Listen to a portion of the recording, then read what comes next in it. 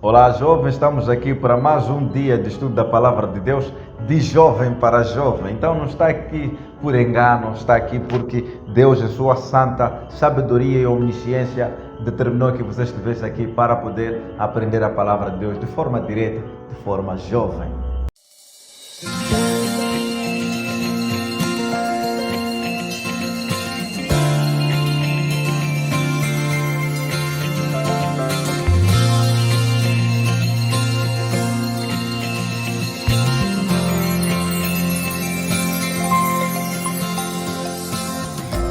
Serei aquele que ouve apenas por ouvir.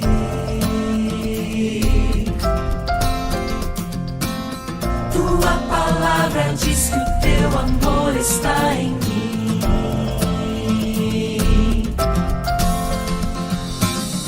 O sacerdócio é meu desde que pela fé eu aceitei e a missão recebi.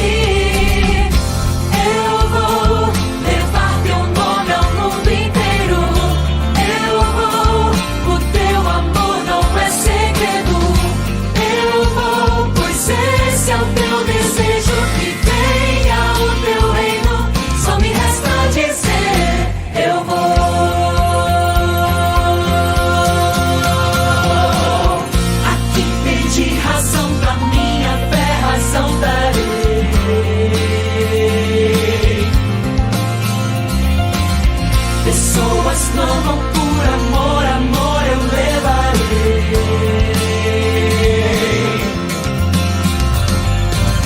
Nas águas eu renasci, recebi o chamado pra servir. Já pensei, decidi, eu vou levar teu nome ao mundo inteiro. Eu vou, o teu amor não é segredo.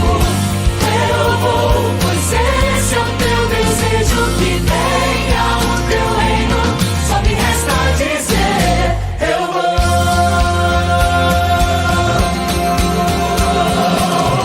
Eu abro mão de mim e cumpro o teu querer.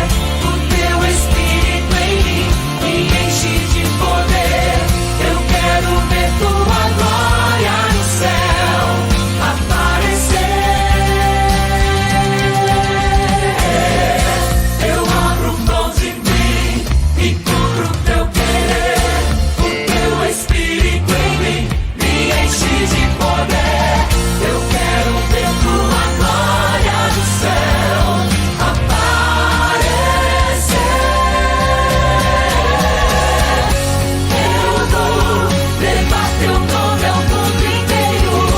Eu vou, o teu amor não é segredo. Eu vou, pois esse é o teu desejo, que venha o teu reino. Só me resta dizer, eu vou levar teu nome ao mundo inteiro. Eu vou, o teu amor não é segredo. Eu vou, pois esse é o teu desejo, que venha o teu reino. Só me resta dizer, eu vou. Só me resta dizer, eu vou.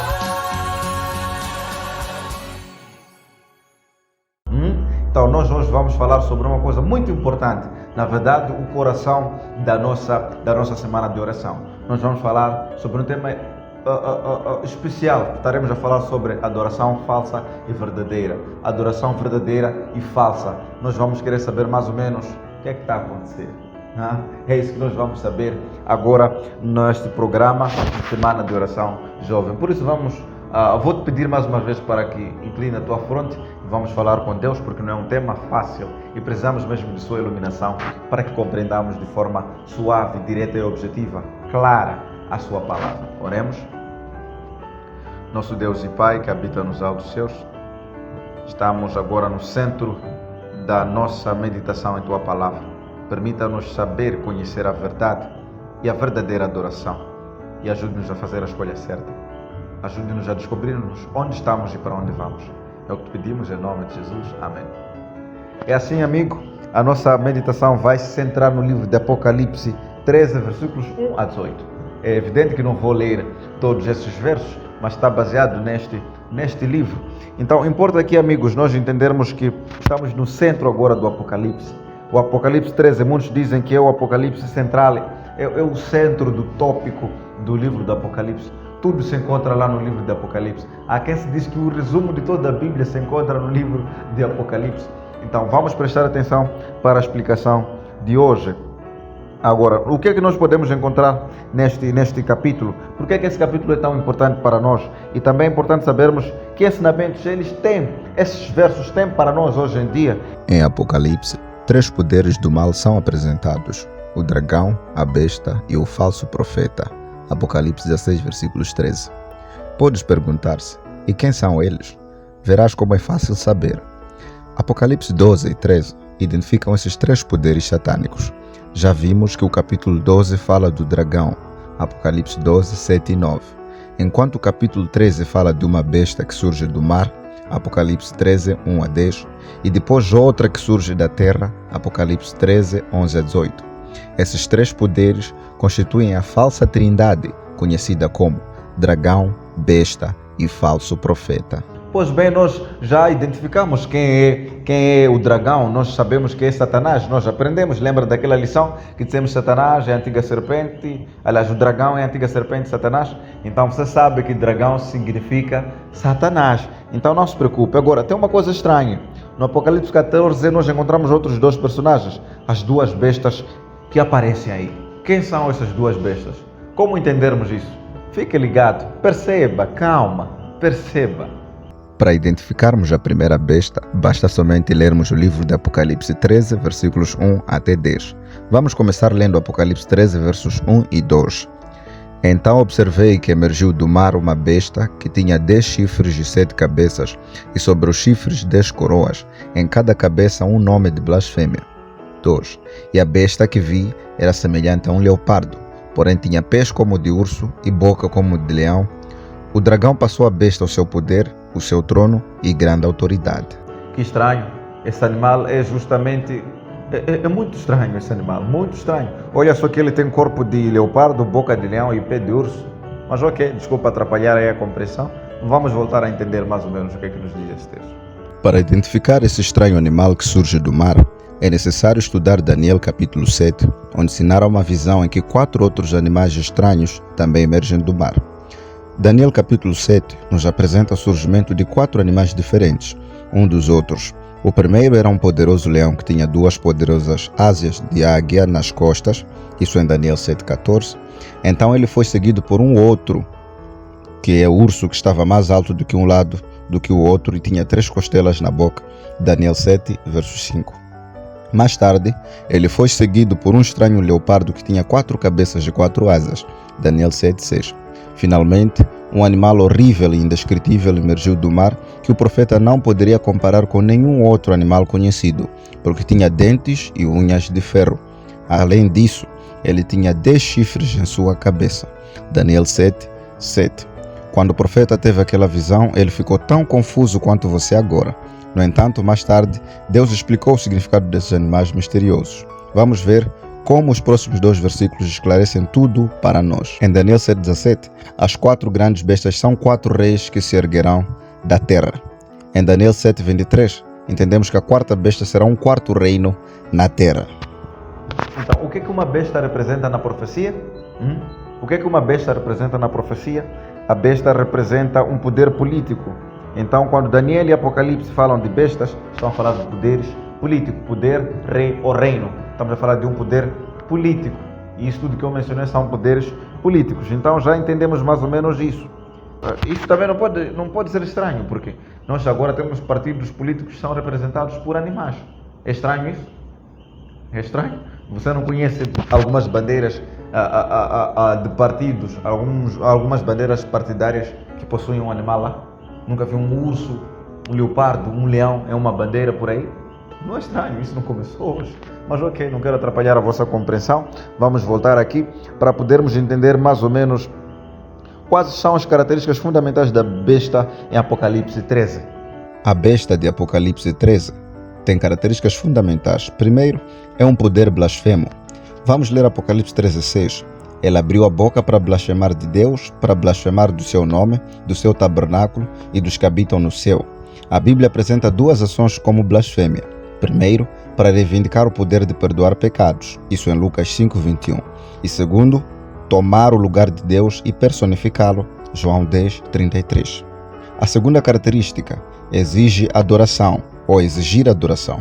O verso 8 do Apocalipse 13 diz: todos os habitantes da terra o adoravam, cujos nomes não estavam escritos desde o início do mundo no livro da vida do Cordeiro, que foi morto.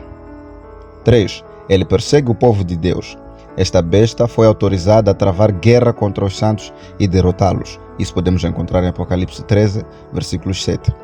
Característica número 4. Faz uma imitação de Cristo. Um olhar curioso nas ações desta besta revela que ela é o anticristo, ou seja, o poder humano satânico se passando por Cristo. Agora vamos dar uma olhada na seguinte comparação entre Cristo e a besta. Cristo, conforme apresentado em Apocalipse, tem 7 chifres, a besta em Apocalipse 13, 10 chifres. Cristo com diademas, a besta com 10 diademas. Cristo foi morto, a besta recebeu uma ferida mortal.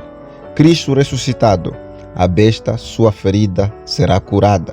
Cristo recebe a autoridade do Pai, a besta recebe a autoridade do dragão. Cristo se senta no trono do Pai, a besta se senta no trono do dragão. Cristo é adorado pelo universo, a besta é adorada pela terra. Resumindo, a besta que surge do mar em Apocalipse 13 é uma imitação de Cristo, imita ser e a paixão de Cristo. Ela se apresenta com a autoridade de Cristo, usurpando sua autoridade e poder na terra. Ela diz que perdoa os pecados e exige adoração. Antes de encerrar neste ponto, queridos jovens, deixem-me fazer algumas perguntas.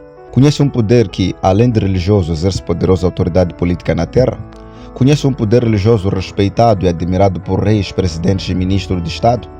Conhece um poder chamado cristão que perseguiu outros no passado? Eu gostaria que chegasse à conclusão por vós mesmos. A besta do Apocalipse 13 é o anticristo que busca adoração por todos os meios. E o que podemos dizer sobre a segunda besta que é mencionada? O que é que podemos entender com a segunda besta? A segunda besta do Apocalipse 13, que completa a trilogia dos poderes satânicos, é apresentado como um animal que se ergueu da terra. Tinha 2 chifres semelhantes aos de um cordeiro, mas falava como um dragão. Apocalipse 13, versículos 11. Como a primeira besta, este segundo poder tem algumas características distintas. Primeiro, surge da terra. Segundo, tem 2 chifres semelhantes aos de um cordeiro. Por último, ele falou como um dragão.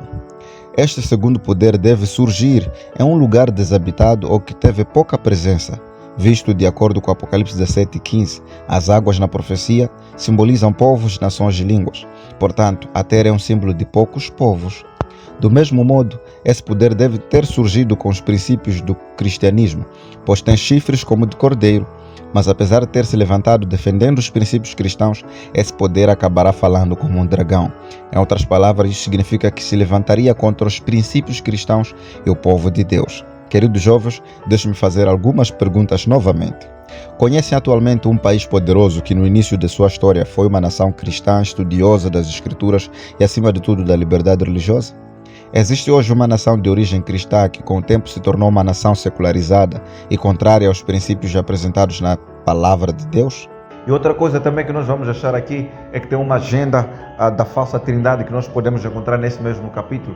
Como é que isso funciona mais ou menos? A agenda da falsa trindade. Queridos jovens, o que acham sobre o propósito da falsa trindade composta pelo dragão, a besta e o falso profeta? Seu propósito se resume a uma palavra: adoração. O dragão, a besta e o falso profeta querem que você o adore. Como eles esperam conseguir isso? Para atingir seu objetivo, a falsa trindade se propôs a atacar os 10 mandamentos, especialmente os 4 primeiros. Antes de continuar, vou compartilhar algo que pode ajudá-lo a entender este ponto. A lei de Deus pode ser resumida, segundo São Mateus 22, 36 a 40, em 2 grandes mandamentos. Primeiro, amar a Deus. Segundo, amar o próximo. Se deres uma olhada em Êxodo 20, notarás que os primeiros 4 mandamentos falam do nosso amor a Deus e os próximos 6 mandamentos de amor ao próximo. Então, se amas a Deus, não terás outros deuses, não farás de si mesmo uma imagem para se curvar em adoração, não tomarás o nome de Deus em vão, observarás o 7º dia como sábado de descanso. Se amas o próximo, honrarás seus pais, Não matarás, não cometerás adultério, não roubarás, não deves dar falso testemunho, não deves cobiçar. Caros jovens, os 10 mandamentos são a chave para a fidelidade na batalha final e, portanto, sabes que a falsa trindade fará? Ela atacará de frente os primeiros 4 mandamentos que falam do amor que devemos ter por Deus. Assim é. O dragão, a besta e o falso profeta ajudarão e buscarão por todos os meios que seu amor por Deus diminua.